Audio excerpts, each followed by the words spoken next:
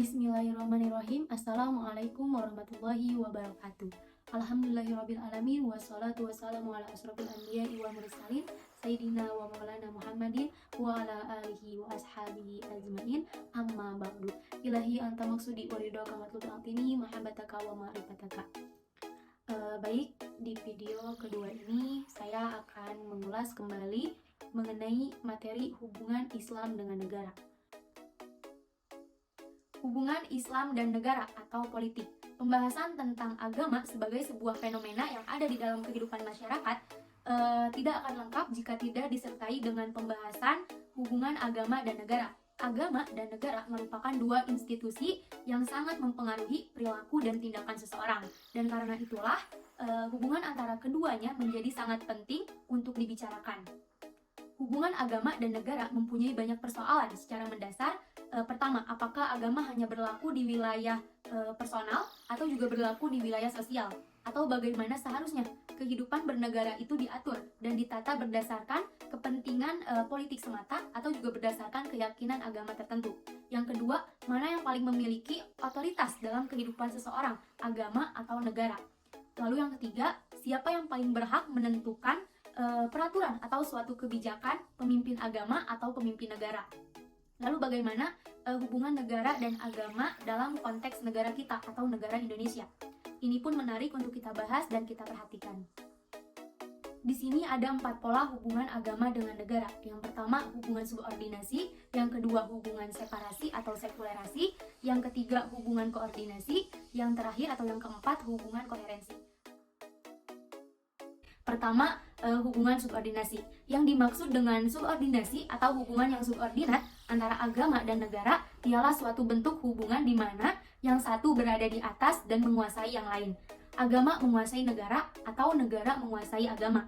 Yang pertama, agama menguasai negara. Bentuknya negara agama. Contohnya di Iran. Di negara ini, keyakinan dan hukum agama menjadi sumber yang paling tinggi bagi peraturan atau kebijakan negara. Bahkan agama memiliki hak peta yang dapat menggagalkan semua bentuk keputusan politik negara. Yang kedua, negara menguasai agama. Bentuknya ada dua. Pertama, negara totaliter atau komunis di Korea Utara. Di sini, negara memaksakan kekuatan totaliternya kepada agama. Yang kedua, adanya agama negara. Contohnya di gereja Anglikan di Inggris. Di sini bukan negara yang memaksakan totaliternya, tetapi agama itu sendiri yang memahami diri sebagai agama milik negara atau agama negara. Dengan begitu, mereka mengakui kekuasaan negara berada di atas agama, seperti gereja Anglikan yang mengakui siapapun yang menjadi raja atau ratu di Inggris sekaligus sebagai kepala gereja mereka. Hubungan ini atau hubungan subordinasi mempunyai banyak persoalan yang berkaitan dengan sering terjadinya konflik berkepanjangan antara pemimpin politik dan pemimpin agama. Lalu yang kedua ada hubungan separasi. Mulai ada kesadaran bahwa upaya mensubordinasikan satu kepada yang lain, agama di bawah negara, dan sebaliknya merupakan upaya yang sulit, bahkan menjadi sumber malapetaka. Maka dirintis pemikiran untuk memisahkan agama dan negara secara mutlak. Pemikiran seperti ini dirintis oleh Martin Luther dari pihak agama maupun Machiavelli dari pihak politik. Di sini agama tidak lagi menguasai negara atau sebaliknya. Masing-masing memiliki wewenang dan fungsinya sendiri-sendiri. Agama dan negara merupakan lembaga otonom yang mempunyai fungsi dan wewenangnya dengan segala keterbatasannya. Bentuk negara yang menganut pemisahan secara mutlak ini adalah Amerika Serikat dan Turki. Di negara ini jelas ada pembagian wilayah antara wilayah agama dan negara. Agama merupakan wilayah privasi, sedangkan negara adalah wilayah publik. Jadi agama hanya berlaku dalam kehidupan pribadi atau individu. Sedangkan hukum publik dalam kehidupan masyarakat sepenuhnya diatur oleh negara.